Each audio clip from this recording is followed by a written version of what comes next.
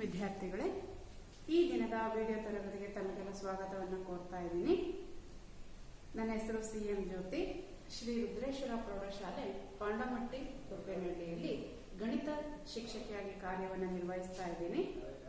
ವಿದ್ಯಾರ್ಥಿಗಳೇ, ನಾವು ಕಳೆದ ತರಗತಿಯಲ್ಲಿ 10ನೇ ತರಗತಿಯ ಬಹುಪದೋಕ್ತಿಗಳು ಘಟಕವನ್ನು ಅಭ್ಯಾಸ ಮಾಡಿದ್ವಿ, ಹೌದಲ್ವಾ? ಈ ಬಹುಪದೋಕ್ತಿ ಪಾಠದ ಮುಂದುವರೆದ ಭಾಗವನ್ನು ನಾವಿವತ್ತು ತಿಳಿಯೋಣ. ಯಾವುದು ಘಟಕ? ಬಹುಪದೋಕ್ತಿಗಳು.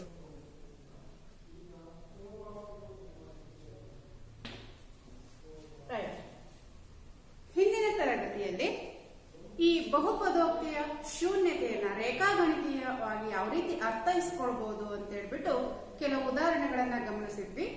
ಮತ್ತೆ ಅದೇ ತರ ಸಮಸ್ಯೆಗಳನ್ನ ನೋಡ್ತಾ ಹೋಗೋಣ. ಅಭ್ಯಾಸದ ಸಮಸ್ಯೆನ ತಗೊಳ್ಳೋಣ. ಅಭ್ಯಾಸ 9.1.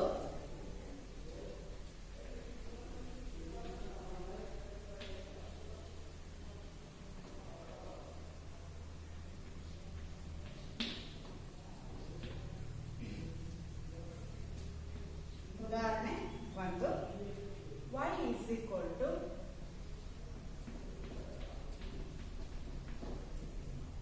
p of x ದ ನಕ್ಷೆಗಳನ್ನು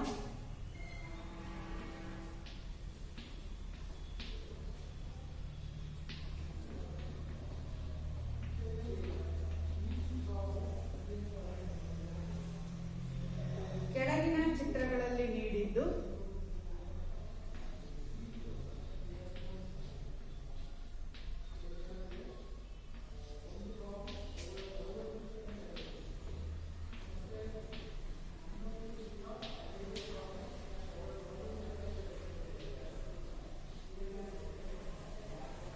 ಇಲ್ಲಿ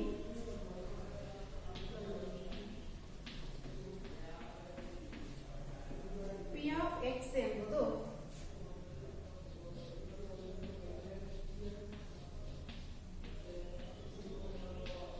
ಬಹುಪದೋಕ್ತಿಯಾಗಿದೆ.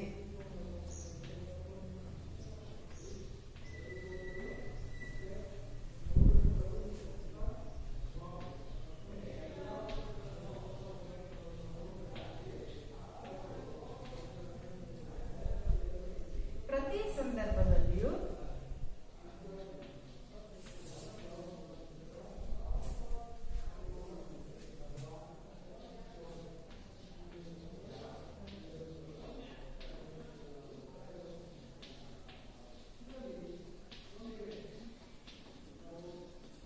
ಸಂದರ್ಭದಲ್ಲಿಯೂ p of x ದ ಶೂನ್ಯತೆಗಳ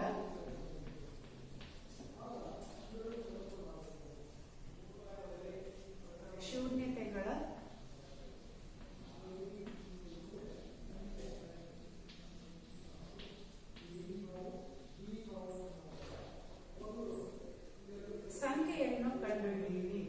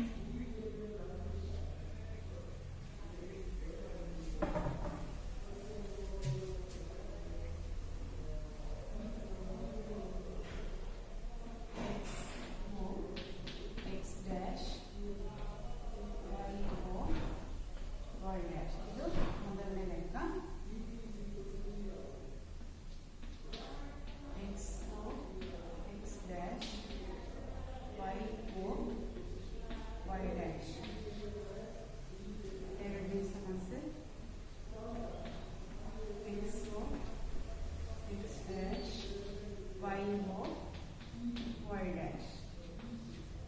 ಮೂರನೇ ಸಮಸ್ಯೆ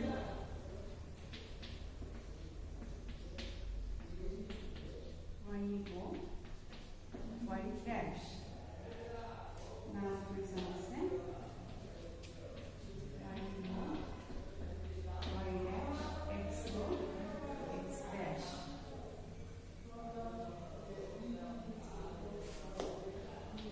ನಾಲ್ಕು, ಐದು, ಆರು ಸಮಸ್ಯೆ ಇದೆ.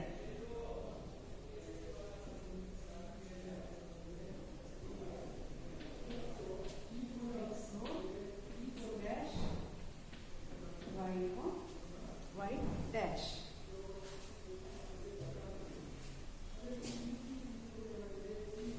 ಮೊದಲನೇ ಸಮಸ್ಯೆ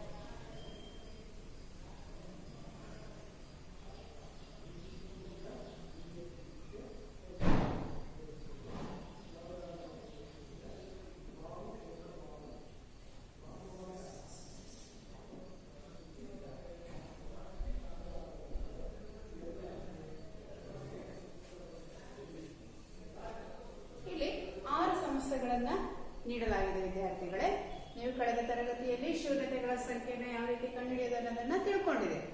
ಮೊದಲನೇ ಸಮಸ್ಯೆಯನ್ನ ಗಮನಿಸೋಣ. ನೋಡಿ, ಈ ಮೊದಲನೇ ಸಮಸ್ಯೆಯಲ್ಲಿನ ನಕ್ಷೆಯು ಎಕ್ಸ್ ಅಕ್ಷವನ್ನ ಛೇದಿಸ್ತಾ ಇದೆಯಾ? ಇಲ್ಲ, ಛೇದಿಸ್ತಾ ಇಲ್ಲ. ಅಂದ್ರೆ ಅದರ ಶೂನ್ಯತೆ ಎಷ್ಟಾಗಿರುತ್ತೆ? ಯೋಚನೆ ಮಾಡಿ. ರೈಟ್, ಅದರ ಶೂನ್ಯತೆ 0 ಆಗಿರುತ್ತೆ. ಯಾವುದೇ ಶೂನ್ಯತೆಯನ್ನು ಅದು ಹೊಂದಿರೋದಿಲ್ಲ. ಅದರಿಂದ ಇದರ ಶೂನ್ಯತೆಗಳ ಸಂಖ್ಯೆ ಎಷ್ಟು? 0.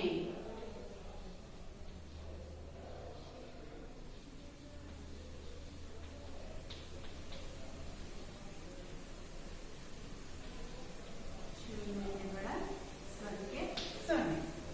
ಉದಾಹರಣೆ 2 ಗಮನಿಸಿ. ಇಲ್ಲಿ y ಅಕ್ಷವನ್ನು ಇಲ್ಲಿ ಛೇದಿಸ್ತಾ ಇದೆ. ನಮಗೆ y ಅಕ್ಷ ಛೇದಿಸ ತಗೊಳ್ಳಾಗಿಲ್ಲ.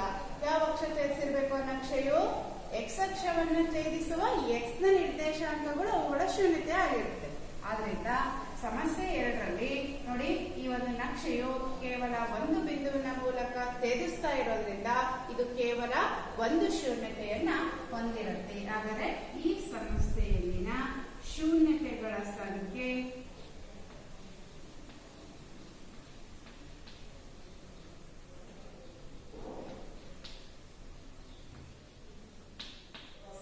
ಎಷ್ಟಾಗಿರುತ್ತೆ? 1 ಆಗಿರುತ್ತೆ. ಈಗ ನಿಮಗೆ ಸುಲಭವಾಗಿ ಶೂನ್ಯತೆಗಳನ್ನ ಕಂಡುಹಿಡಿಯೋದು ಹೇಗೆ ಅನ್ನೋದು ವಿಧಾನ ಗೊತ್ತಾಯ್ತಲ್ಲ. ಈ ಉಳಿದಿರ್ತಕ್ಕಂತಹ ಈ 4 ಸಮಸ್ಯೆಗಳನ್ನ ನೀವು ಗೃಹ ಕೆಲಸಕ್ಕೆ ಮಾಡ್ಕೊಂಡು ಬರ್ಬೇಕು.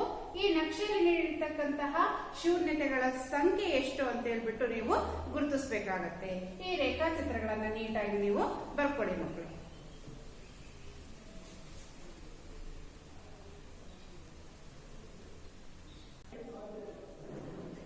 ಒಂದು ರೇಖಾತ್ಮಕ ಬಹುಪದೋಕ್ತಿ ಇರುತ್ತಲ್ಲ, ಅಂದ್ರೆ ax ಪ್ಲಸ್ b, ಇದರ ಶೂನ್ಯತೆ ಏನಾಗಿರುತ್ತೆ ಅಂತೇಳಿ ಹಿಂದಿನ ತರಗತಿಯಲ್ಲಿ ನೀವು ತಿಳ್ಕೊಂಡಿದ್ದೀರಾ. ಏನಾಗಿರುತ್ತೆ? ಒಂದು ರೇಖಾತ್ಮಕ ಬಹುಪದೋಕ್ತಿ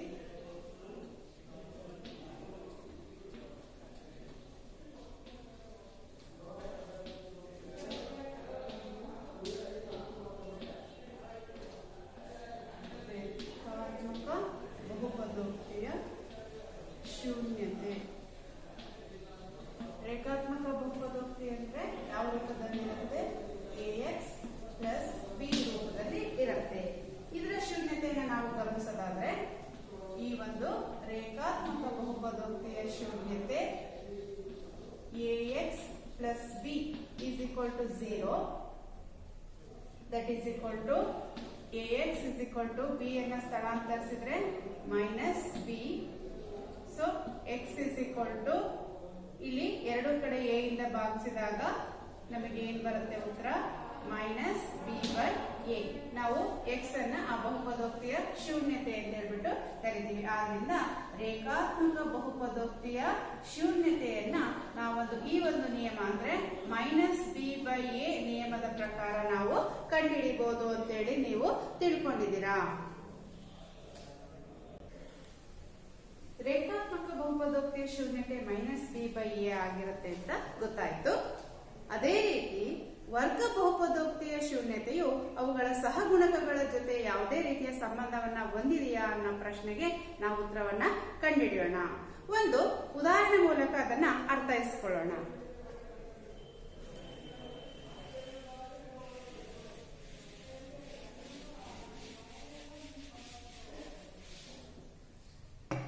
ಒಂದು ವರ್ಗ ಬಹುಪದೋಕ್ತಿಯನ್ನ ತಗೊಳ್ಳೋಣ.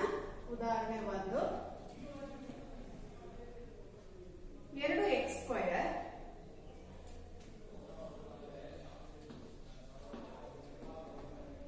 minus 8x plus r. ಇದು ಒಂದು ವರ್ಗ ಬಹುಪದೋಕ್ತಿಯಾಗಿದೆ. ಈ ವರ್ಗ ಬಹುಪದೋಕ್ತಿಯನ್ನ ನಾವು ಮೊದಲಿಗೆ ಏನ್ ಮಾಡ್ಕೋಬೇಕು, ಅಪವರ್ತಿಸ್ಕೋಬೇಕು. ನೀವು 9ನೇ ತರಗತಿಯಲ್ಲಿ ಅಪವರ್ತನ ವಿಧಾನದಿಂದ ಯಾವ ರೀತಿ ಇದನ್ನ ಅಪವರ್ತಿಸೋದು ಅನ್ನೋದನ್ನ ತಿಳ್ಕೊಂಡಿದ್ದೀರಾ. ಅದನ್ನ ಮತ್ತೊಂದ್ಸಲ ಪುನರಾವಲೋಕನ ಮಾಡ್ಕೊಳ್ಳಿ, ನೆನಪಿಗೆ ತಂದ್ಕೊಳ್ಳಿ. ಯಾವ ರೀತಿ ಇದನ್ನ ಅಪವರ್ತಿಸೋದು? ಒಂದು ವರ್ಗ ಬಹುಪದೋಕ್ತಿಯನ್ನ ಮಧ್ಯ ಪದವನ್ನ ವಿಭಜನೆ ಮಾಡುವುದರ ಮೂಲಕ ನಾವು ಇದನ್ನ ಅಪವರ್ತಿಸಬಹುದು. ಈ ಮಧ್ಯ ಪದವನ್ನ ವಿಭಜಿಸುವ ವಿಧಾನ ನಿಮ್ಗಾಗಲೇ ತಿಳಿದೇ ಇದೆ. ಇಲ್ಲಿ ಮಧ್ಯ ಪದ ಯಾವುದು ಗುರುತಿಸಿ ನೋಡೋಣ. ರೈಟ್, ಮಧ್ಯ ಪದ ಮೈನಸ್ 8x ಆಗಿದೆ. ಮೊದಲನೇ ಪದ 2x² ಆಗಿದೆ. ಅಂತ್ಯ ಪದ ಅಥವಾ ಕೊನೆಯ ಪದ ಎಷ್ಟಾಗಿದೆ? 6 ಆಗಿದೆ. ನಿಮಗೆಲ್ಲ ಈ ಅಪವರ್ತನ ವಿಧಾನದ ನಿಯಮ ಗೊತ್ತೇ ಇದೆ. ನಾನು ನೇರವಾಗಿ ಇದರ ಸಮಸ್ಯೆಯನ್ನು ಬಿಡಿಸೋದು ಹೇಗೆ ಅಂತ ತೋರಿಸ್ತಾ ಹೋಗ್ತೀನಿ. ಇಲ್ಲಿ x² ನ ಸಹಗುಣಕ 1ಕ್ಕಿಂತ ಹೆಚ್ಚಿಗೆ ಇದ್ದಾಗ ನಾವು ಏನ್ ಮಾಡ್ಕೋಬೇಕು ಅಂದ್ರೆ ಮೊದಲನೇ ಪದ ಮತ್ತು ಅಂತ್ಯ ಪದದ ಗುಣಲಬ್ಧವನ್ನು ನಾವು ಅಂತ್ಯ ಪದವಾಗಿ ತಗೊಳ್ತೀವಿ. ಅಂದ್ರೆ 2x² into 6 that is equal to ಎಷ್ಟು ಬರುತ್ತೆ? 12x² ಬರುತ್ತೆ. ಹಾಗಾದ್ರೆ ನಾವು ಅಂತ್ಯ ಪದನ ಎಷ್ಟು ಅಂತ ತಗೋಬೇಕಾಗತ್ತೆ? 12x² ಅಂತ ತಗೋಬೇಕಾಗತ್ತೆ. ನೀವು ಏನ್ ಹೇಳುತ್ತೆ ಅಂದ್ರೆ ನಾವು ಈ ಮಧ್ಯ ಪದವನ್ನ ವಿಭಜನೆ ಮಾಡ್ತೀವಲ್ಲ, ಆ ವಿಭಜನೆ ಮಾಡ್ತಕ್ಕಂತಹ ಅಪವರ್ತನಗಳು ಗುಣಿಸಿದ್ರೆ ಅಂತ್ಯ ಪದ ಬರಬೇಕು, ಕೂಡಿದ್ರೆ ಅಥವಾ ಕಳೆದ್ರೆ ಮಧ್ಯ ಪದಕ್ಕೆ ಸಮ ಆಗಿರ್ಬೇಕು. ಆ ರೀತಿಯಾಗಿ ನಾವು ಮಧ್ಯ ಪದವನ್ನ ವಿಭಜನೆ ಮಾಡ್ಕೋಬೇಕು. ಹಾಗಾದ್ರೆ ಇಲ್ಲಿ ನಮಗೆ ಬರ್ತಕ್ಕಂತಹ ಅಂತ್ಯ ಪದ ಎಷ್ಟಿದೆ? 12. ಎಂತ 12 ಪ್ಲಸ್ 12. ಈಗ ಇದರ ಅಪವರ್ತನಗಳನ್ನ ಕಂಡುಹಿಡ್ಕೊಳ್ಳೋಣ. 12ರ ಅಪವರ್ತನಗಳು ಯಾವ್ಯಾವು? ಸುಮಾರಷ್ಟು ಬರ್ತವೆ. ಆದ್ರೆ ನಮಗೆ ಇಲ್ಲಿ ಮಧ್ಯ ಪದದ ವಿಭಜನೆ ಮಾಡಿದಾಗ ಕರೆಕ್ಟ್ ಆಗಿ -8 ಬರ್ತಕ್ಕಂತಹ ಅಪವರ್ತನಗಳನ್ನ ನಾವು ತಗೋಬೇಕಾಗತ್ತೆ. ಈಗ 4 3 12. 4ಕ್ಕೆ 3 ಕೂಡಿಸಿದ್ರೆ 7 ಬರುತ್ತೆ. 4ಕ್ಕೆ 3 ಕಳೆದ್ರೆ 1 ಬರುತ್ತೆ. ಸಂಕಲನ ಮಾಡಿದ್ರು ಬರಲ್ಲ, ವ್ಯವಕಲನ ಮಾಡಿದ್ರು ಬರಲ್ಲ. ಆದ್ರೆ ಗುಣಿಸಿದ್ರೆ ಬರುತ್ತೆ. 4 3 12. ಆದ್ರೆ ಇಲ್ಲಿ ಮಧ್ಯ ಪದಕ್ಕೆ ಸರಿ ಹೊಂದುತ್ತಾ ಇಲ್ಲ. ಆದ್ರಿಂದ ಈ ಅಪವರ್ತನ ನಾವು ತಗೊಳಕ್ಕೆ ಬರಲ್ಲ. ಹಾಗಾದ್ರೆ ಮಧ್ಯ ಯಾವ್ದಿದೆ 12ರ ಅಪವರ್ತನಗಳು? ರೈಟ್, 6 2 12 ಬರುತ್ತಲ್ವಾ? 6ಕ್ಕೆ 2 ಕೂಡಿಸಿದ್ರೆ ಎಷ್ಟು ಬರುತ್ತೆ? 8 ಬರುತ್ತೆ. ಆದ್ರೆ ಇಲ್ಲಿ ಚಿಹ್ನೆಯನ್ನ ಗಮನಿಸಿ. ಇಲ್ಲಿ ಎಷ್ಟಿದೆ?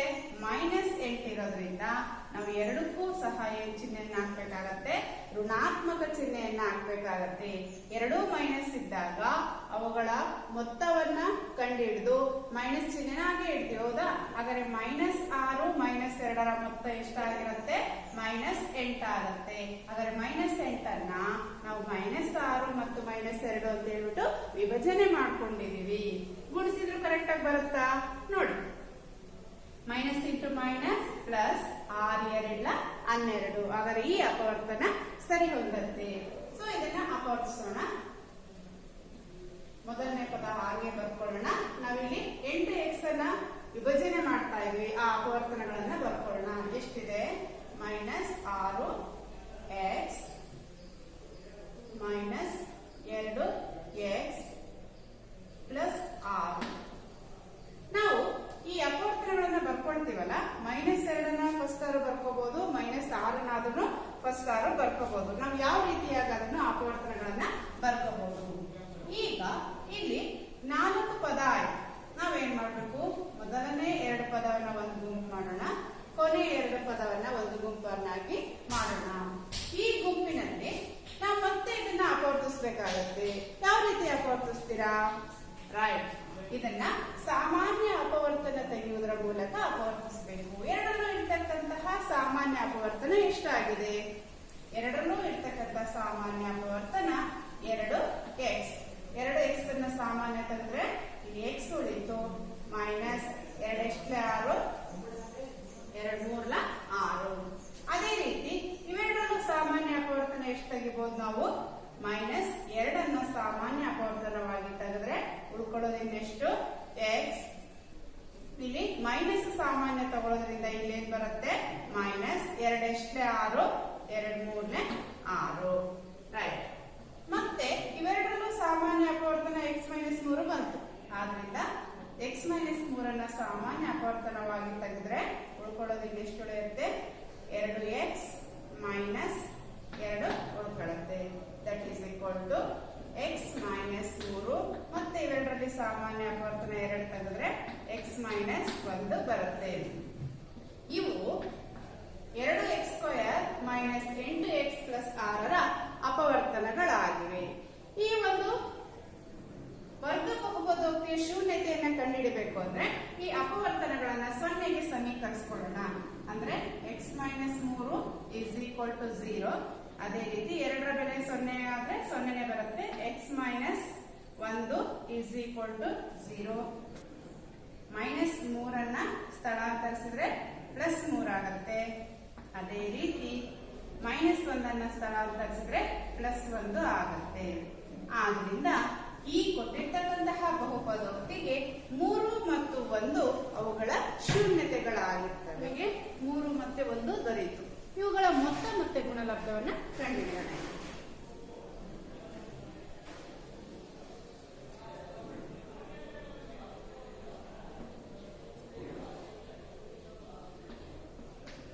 ಶೂನ್ಯತೆಗಳ ಮೊತ್ತ. ಶೂನ್ಯತೆ ಎಷ್ಟಿದೆ? 3 ಇದೆ. ಮತ್ತೊಂದು ಯಾವ್ದಿದೆ? 1 ಇದೆ. ಆದರೆ 3ಕ್ಕೆ 1 ಕೂಡಿಸಿದ್ರೆ ನಮಗೆ ಎಷ್ಟು ದೊರೆಯಿತು? ಉತ್ತರ 4 ದೊರೆಯಿತು. ಹೌದಾ?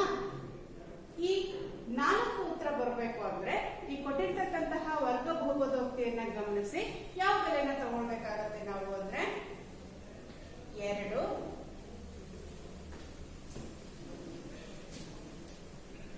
8. ಆದರೆ ಅಲ್ಲಿ ಬಿ ಬೆಲೆ ಎಷ್ಟಿದೆ ಅಂದ್ರೆ ಮಧ್ಯಪದ ಎಷ್ಟಿದೆ? -8 ಇದೆ. ಆ -8 ಪ್ಲಸ್ ಆಗ್ಬೇಕು ಅಂದ್ರೆ ನಾವು ಇನ್ನೊಂದು ಮೈನಸ್ ಇಂದ ನಾವೇನ್ ಮಾಡ್ಬೇಕಾಗತ್ತೆ? ಗುಣಿಸ್ಕೋಬೇಕಾಗತ್ತೆ. ನೋಡಿ, -8 ಪ್ಲಸ್ ಆಗತ್ತೆ. ಇದು 2 1 2, 2 4 8. ಹಾಗಾದ್ರೆ ನಮಗೆ ಶೂನ್ಯತೆಗಳ ಮೊತ್ತ 4 ದೊರೆಯುತ್ತೆ ಅಂತ ಗೊತ್ತಾಯ್ತು. ಹಾಗಾದ್ರೆ 2ಅನ್ನ ನಾವು ಏನಂತ ಕರಿತೀವಿ? ಈ -8 ಅನ್ನ ನಾವು ಏನಂತ ಕರಿತೀವಿ? ಇಲ್ಲಿ ನೋಡಿ, ನಿಮಗೆ ವರ್ಗ ಬಹುಪದೋಕ್ತಿ ಸಾಮಾನ್ಯ ರೂಪ ಗೊತ್ತು. ಏನು? ax² + bx + c. ರೈಟ್? ಇಲ್ಲಿ ಬರ್ದಿರ್ತೀನಿ ನೋಡಿ, ax² + bx + c. ಇದು ಸಾಮಾನ್ಯ ರೂಪ. ಇಲ್ಲಿ -8 ಅನ್ನೋದು ಯಾವುದನ್ನು ಸೂಚಿಸುತ್ತೆ? ಬಿ ಅನ್ನ ಸೂಚಿಸುತ್ತೆ. 2 ಅನ್ನೋದು ಯಾವುದನ್ನು ಸೂಚಿಸುತ್ತೆ? ಎ ಅನ್ನ ಸೂಚಿಸುತ್ತೆ. ಸಿ ಅನ್ನೋದು ಏನು? ಒಂದು ಸ್ಥಿರಾಂಕ ಆಗಿರುತ್ತೆ. ಹಾಗಾದ್ರೆ ಈ ಶೂನ್ಯತೆಗಳ ಮೊತ್ತವನ್ನು ನಾವು ಏನಂತ ಬರೀಬಹುದು ಅಂದ್ರೆ ಮೈನಸ್ ಹಾಗೆ ಇಟ್ಕೊಳ್ಳಿ. -8 ಅಂತಂದ್ರೆ ನಮಗಲ್ಲಿ ಏನಾಗಿದೆ? ಅದು x ನ ಸಹಗುಣಕ ಆಗಿದೆ. -8 ಅನ್ನೋದು ಯಾವುದರ ಸಹಗುಣಕ? x ನ ಸಹಗುಣಕ. 2 ಅನ್ನೋದು ಯಾವುದರ ಸಹಗುಣಕ? x² ನ ಸಹಗುಣಕ. ಆದ್ರಿಂದ ಶೂನ್ಯತೆಗಳ ಮೊತ್ತ = -x ದ ಸಹಗುಣಕ / x² ದ ಸಹಗುಣಕ. ಅಥವಾ ನಾವು ಈ ರೀತಿನೂ ಬರೀಬಹುದು. x ನ ಸಹಗುಣಕ ಅಂದ್ರೆ x ನ ಸಹಗುಣಕವನ್ನು ನಾವು -b ಅಂತ ಕರಿತೀವಿ. x² ನ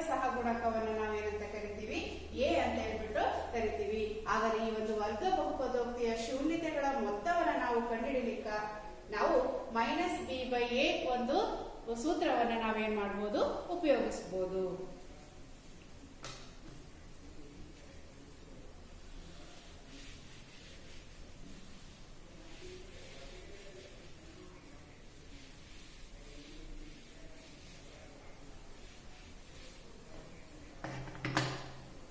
ಅದೇ ರೀತಿ ಆ ಶೂನ್ಯತೆಗಳ ಗುಣಲಬ್ಧವನ್ನ ಕಂಡುಹಿಡಿಯೋಣ.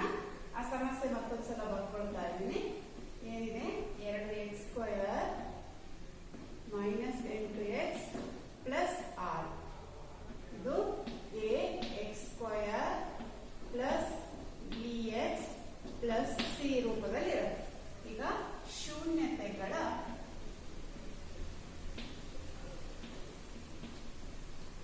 ಗುಣಲಬ್ಧ. ಶೂನ್ಯತೆಗಳು ಯಾವ್ಯಾವ ಬಂದಿದ್ವು? 3 ಮತ್ತು 1. ಮೊದಲನೇ ಶೂನ್ಯತೆ 3 × 1, 3 1 3. ಈ 3 ಬರ್ಬೇಕಂದ್ರೆ, ಅವುಗಳ ಗುಣಲಬ್ಧ 3 ಬರ್ಬೇಕು ಅಂದ್ರೆ ನಾವು ಯಾವ್ಯಾವ ಬೆಲೆನ ತಗೊಳ್ಬೇಕಾಗತ್ತೆ ಗಮನಿಸಿ. ಇಲ್ಲಿ ನಾವು 6 / 2 ನೋಡಿ, 2 1 2, 2 3 6 ಬರುತ್ತಲ್ವಾ 3. ಅಂದ್ರೆ ನಾವು ಇಲ್ಲಿ 6 ಮತ್ತು 2 ಏನಂತ ಕರಿತೀವಿ ನೋಡಿ. 6 ಅನ್ನೋದು ಏನಿಲ್ಲಿ ಒಂದು ಸ್ಥಿರಾಂಕ ಆಗಿದೆ. ಅದೇ ರೀತಿ 2 ಅನ್ನೋದು ಯಾವುದರ ಸಹಗುಣಕ ಆಗಿದೆ? x² ನ ಸಹಗುಣಕ ಆಗಿದೆ. ಆದ್ರಿಂದ ನಾವು 6 ಅನ್ನು ನಾವು ಏನಂತ ಬರಿಬಹುದು? ಸ್ಥಿರಾಂಕ ಅಂತ ಬರಿಬಹುದು. /2 ಅಂದ್ರೆ ಯಾವುದರ ಸಹಗುಣಕ? x² ನ ಸಹಗುಣಕ. ಅಥವಾ ಶೂನ್ಯತೆಗಳ ಗುಣಲಬ್ಧವನ್ನ, ಸ್ಥಿರಾಂಕವನ್ನ ಯಾವ ಸಂಕೇತದಿಂದ ಸೂಚಿಸಿದ್ವಿ? c ಎಂಬ ಸಂಕೇತದಿಂದ ಸೂಚಿಸಿದೀವಿ. ಅದೇ ರೀತಿ x² ನ ಸಹಗುಣಕವನ್ನ ನಾವು ಯಾವುದರ ಸಂಕೇತದಿಂದ ಸೂಚಿಸಿದೀವಿ? a ಅನ್ನುವ ಸಂಕೇತದಿಂದ ಸೂಚಿಸಿದೀವಿ. ಆದ್ರಿಂದ ಶೂನ್ಯತೆಗಳ ಗುಣಲಬ್ಧ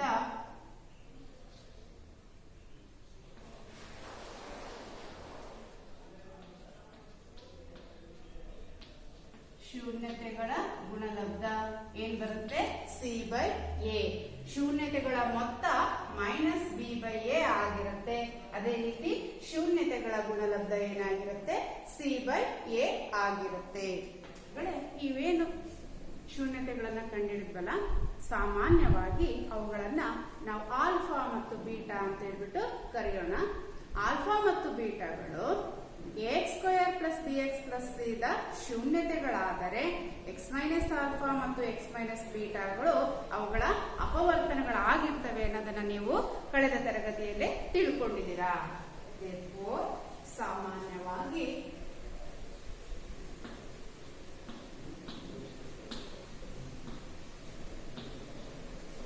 ಇದನ್ನು ನಾವು ಏನಂತ ಕರಿತೀವಿ? ಆಲ್ಫಾ ಮತ್ತು ಬೀಟಾ ಗಳು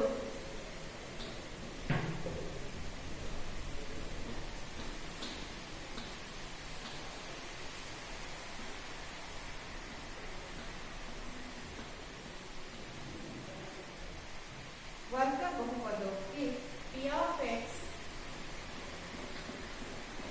= ax² + bx + c ದ ಅಂದ್ರೆ ಅಲ್ಲಿ ಏನಾಗಬೇಕು? Condition a is not equal to 0. ಯಾ ಶೂನ್ಯತೆಗಳಾಗಿದ್ದರೆ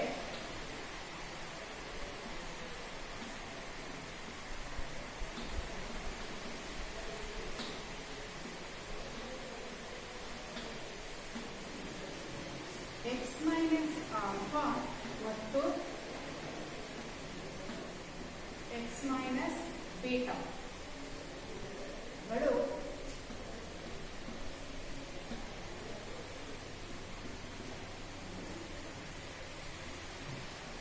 p(x) ದ ಅಪವರ್ತನಗಳಾಗಿರುತ್ತವೆ.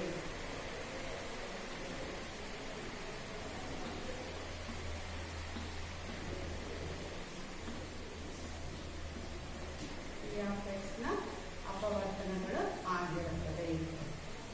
Therefore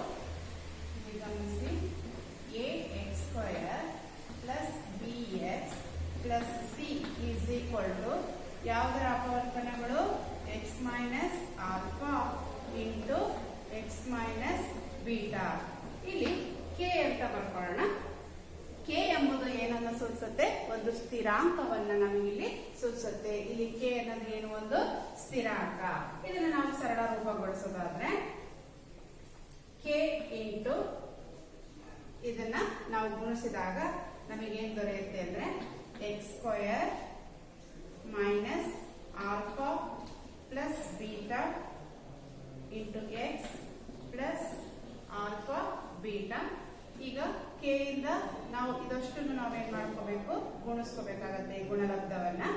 so K into X square, K X square plus into minus minus K into alpha plus beta into X ಅಂತಂದ್ರೆ K into alpha plus beta into X plus K into alpha beta ಅಂದ್ರೆ K alpha beta. ಈ ಕಡೆ ಆದರ್ಶ ರೂಪ ಬರ್ಕೊಳ್ಳೋಣ. A X square plus B X plus C. ಇಲ್ಲಿ ಎರಡೂ ಬದಿಯಲ್ಲಿ ನಾವು ಎಕ್ಸ್ ಸ್ಕ್ವಯರ್ ನ ಸಹಗುಣಕ, ಎಕ್ಸ್ ನ ಸಹಗುಣಕ ಮತ್ತು ಸ್ಥಿರಾಂಕಗಳನ್ನ ಹೋಲಿಕೆ ಮಾಡೋಣ. ನೋಡಿ, ಎಕ್ಸ್ ಸ್ಕ್ವಯರ್ ನ ಸಹಗುಣಕ ಇಲ್ಲಿ ಗಮನಿಸಿ. ಎಕ್ಸ್ ಸ್ಕ್ವಯರ್ ನ ಸಹಗುಣಕ ಇಲ್ಲಿ ಏನಿದೆ? ಕೆ ಇದೆ. ಇಲ್ಲಿ ಎಕ್ಸ್ ಸ್ಕ್ವಯರ್ ನ ಸಹಗುಣಕ ಏನಿದೆ? ಎ ಇದೆ. ಹಾಗಾದ್ರೆ ಎ ನ ಬೆಲೆಯು ಕೆ ನ ಬೆಲೆಗೆ ಏನಾಗಿರುತ್ತೆ? ಸಮ ಆಗಿರುತ್ತೆ. Therefore, the value of k is equal to the value of a ಅಥವಾ a is equal to k ಆಗಿರುತ್ತೆ. ಈಗ x ನ ಸಹಗುಣಕವನ್ನ ಹೋಲಿಕೆ ಮಾಡೋಣ. ನೋಡಿ, x ನ ಸಹಗುಣಕ ಇಲ್ಲಿ x ನ ಸಹಗುಣಕ b ಅನ್ನ ಹೊಂದಿದೆ. ಬಲಭಾಗದಲ್ಲಿ x ನ ಸಹಗುಣಕ k ಇಂಟು ಆಲ್ಫಾ ಪ್ಲಸ್ ಬೀಟಾ. ಎಂತ ಕೆ? Minus K into alpha plus beta. Therefore, b is equal to ಇಲ್ಲಿ x ನ ಸಹಗುಣಕ b is equal to minus k into alpha plus beta. ಅದೇ ರೀತಿ ಸ್ಥಿರಾಂಕವನ್ನ ಹೋಲಿಕೆ ಮಾಡಿ. ಇಲ್ಲಿ ಸ್ಥಿರಾಂಕ c ಅನ್ನ ಹೊಂದಿದೆ. ಈ ಸ್ಥಿರಾಂಕ c ಅನ್ನ ಹೋಲಿಕೆ ಮಾಡಿದ್ರೆ ಇಲ್ಲಿ ಯಾವುದಕ್ಕೆ ಸಮ ಆಗಿರುತ್ತೆ? c is equal to k into alpha ಬೀಟಾಗೆ ಏನಾಗಿರುತ್ತೆ? ಸಮನಾಗಿರುತ್ತೆ. ಈಗ ನಾವು ಇದರ ಸಹಾಯದಿಂದ ಆ ಶೂನ್ಯತೆಗಳ ಮೊತ್ತ ಮತ್ತು ಗುಣಲಬ್ಧವನ್ನು ಸುಲಭವಾಗಿ ಕಂಡುಹಿಡಿಯಬಹುದು.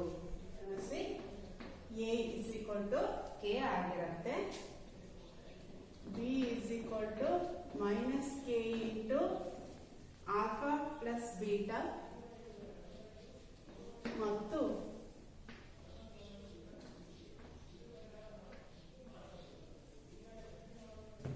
c is equal to k alpha beta ಆಗಿದೆ. ನಾವಿಲ್ಲಿ ಆಲ್ಫಾ ಪ್ಲಸ್ ಬೀಟಾ ಅಂದ್ರೆ ಅಶೂನ್ಯತೆಗಳ ಮೊತ್ತ ಅಂತ ಕರಿತೀವಿ. ಹೌದಾ? ಆಲ್ಫಾ ಮತ್ತೆ ಬೀಟಾಗಳನ್ನ ಶೂನ್ಯತೆಗಳು ಅಂತ ತಗೊಂಡಿದೀವಲ್ಲ, ಹಾಗಾದ್ರೆ ಆ ಶೂನ್ಯತೆಗಳ ಮೊತ್ತವನ್ನು ನಾವು ಕಂಡುಹಿಡಿಯಬೇಕು ಅಂದ್ರೆ ಏನಾಗುತ್ತೆ? Alpha plus beta is equal to ಬೆಲೆ ಏನ್ ಬರುತ್ತೆ ನಮಗೆ? ಮೈನಸ್ ಬಿ ಬೈ ಎ ಬರುತ್ತೆ. ಅದೇ ರೀತಿ ಇಲ್ಲಿ ಸಿ ನ ಬೆಲೆಯು ಕೆ ಇಂಟು ಆಲ್ಫಾ ಬೀಟಾ ಇದೆ. ಆಲ್ಫಾ ಬೀಟಾ ಅಂದ್ರೆ ಅರ್ಥ ಏನು? ಆ ಶೂನ್ಯತೆಗಳ ಗುಣಲಬ್ಧ. ಹಾಗಾದ್ರೆ ಶೂನ್ಯತೆಗಳ ಗುಣಲಬ್ಧ ಬೇಕು ಅಂದ್ರೆ ನಮಗೆ ಏನ್ ದೊರೆಯುತ್ತೆ? ನಮಗೆ alpha beta is equal to C by K. C by K, K ಬೆಲೆಯು ಯಾವುದಕ್ಕೆ ಸಮ ಆಗಿದೆ? ಅಲ್ಲಿ ನಮಗೆ ಎ ಗೆ ಸಮ ಆಗಿದೆ. ಆದ್ರಿಂದ ನಾವು ಇದನ್ನ ಎ ಅಂತಾನು ಕೂಡ ನಾವೇನ್ ಮಾಡ್ಕೋಬಹುದು? ಬರ್ಕೋಬಹುದು. ಆದ್ರಿಂದ ಆ ಒಂದು ಶೂನ್ಯತೆಗಳ ಮೊತ್ತ ಆಲ್ಫಾ ಪ್ಲಸ್ ಬೀಟಾ ಬೆಲೆಯು ಮೈನಸ್ ಬಿ ಬೈ ಎ ಗೆ ಸಮನಾಗಿರುತ್ತೆ. ಅದೇ ರೀತಿ ಅಶೂನ್ಯತೆಗಳ ಗುಣಲಬ್ಧ ಆಲ್ಫಾ ಬೀಟಾವು ಸಿ ಬೈ ಎ ಗೆ ಸಮನಾಗಿರುತ್ತೆ. ಇದನ್ನ ನಾವು ಈ ರೀತಿಯಾಗಿ ಬರೀಬಹುದು. ಶೂನ್ಯತೆಗಳ ಮೊತ್ತ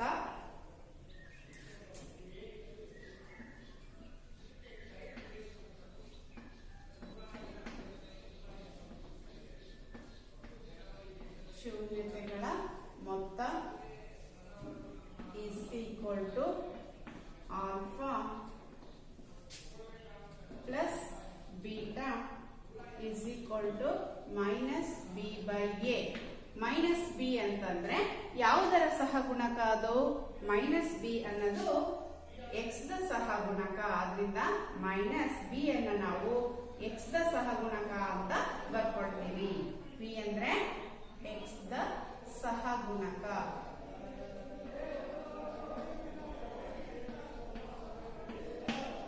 ಎ ಅಂದ್ರೆ ಯಾವುದರ ಸಹಗುಣಕ? ಎಕ್ಸ್ ಸ್ಕ್ವಯರ್ ದ ಸಹಗುಣಕ.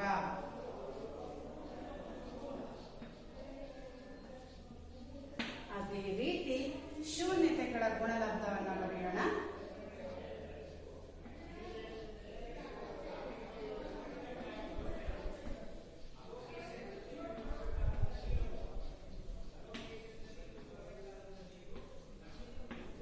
ಏನು?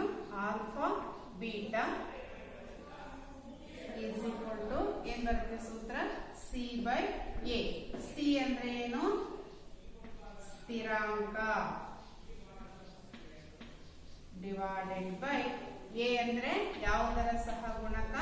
ಎಕ್ಸ್ ಸ್ಕ್ವಯರ್ ದ ಸಹಗುಣಕ.